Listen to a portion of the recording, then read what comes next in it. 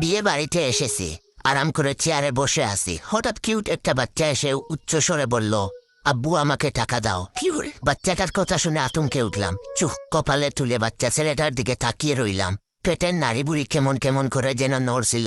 হতবুদ্ধি আমি এদিক সেদিক তাকিয়ে দেখতে লাগলাম, আর মনে মনে ভাবলাম, বাচ্চাটা কার হতে পারে? সত্যি সত্যি আমাকে কি আব্বু বলে ডাকছে সে? বিয়েই করতে পারলাম না, এর আগে বাবা হলাম কেমনে? টাকা দিচ্ছি না দেখে ছেলেটা আমার গায়ে মৃদুভাবে আঘাত করছিল আর করে কান্না করছিল। ছেলেটার কান্না দেখে একটা লোক আমার নিকট এসে বলল, ভাই টাকাটা দিয়ে দেন, বিয়ে বাড়িতে এমনিতে গেন্দাম। তার উপর বাচ্চা ছেলের কান্না সহ্য করা যায় না, ভাই টাকাটা দিয়ে দেন। লোকটাকে কি জবাব দিব বুঝতেছিলাম না। এর মধ্যে একটা রূপবতী মেয়ে এলো, তাকে কেন যেন চেনা চেনা লাগছিল। বাঁকা চোখে তাকিয়ে উত্তেজিত গলায় আমাকে বলল, এই তুমি এখনো বাবুকে টাকাটা দাওনি? কেমন মানুষ তুমি, শুধু শুধু আমার ছেলেটাকে খাদাচ্ছ? মাথার উপর বাজ পড়লো বলে মনে হলো, নিজেকে মানসিক রোগী মনে হলো। ভাবলাম কবে পাবনা থেকে সাড়া পেয়েছি, কবেই বা পাগল হয়েছিলাম। নাকি মেয়েটা আর ছেলেটা সহ পাগল।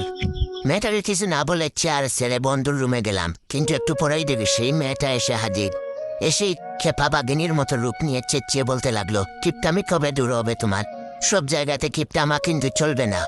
তাড়াতাড়ি টাকা বের করতে বলছি, বের করো। আমার হয়ে বন্ধু বলে উঠল, আপু কি শুরু করছিস এগুলো?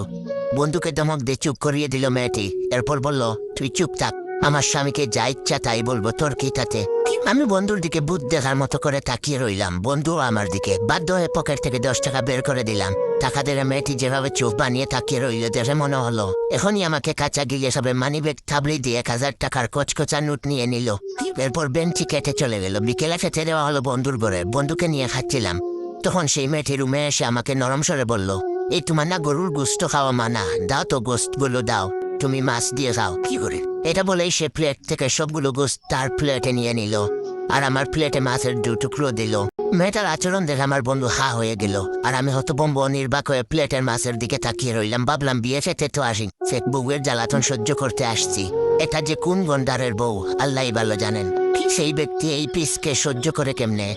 সন্ধ্যাপর মেয়েটা আমার হাত ধরে বরপক্ষের মেয়েদের আত্মীয়দের সাথে পরিচয় করিয়ে দিল। বলল, এটা আমার স্বামী, 6 মাস হলো বিয়ে করছি। সে আমেরিকাতে ইঞ্জিনিয়ারিং কাজে ব্যস্ত থাকে। আমার খালাতো বোনের বিয়ে খেতে আসছে ছুটি নিয়ে। মেয়েটার চাপাবাজি শুনে মাথা বন বন করছিল, চরকির মতো ঘুরছিল। যাই হোক, এটা হলো ভিডিও প্রথম পার্ট। দ্বিতীয় পার্ট লাগলে বেশি বেশি করে শেয়ার করো। ধন্যবাদ।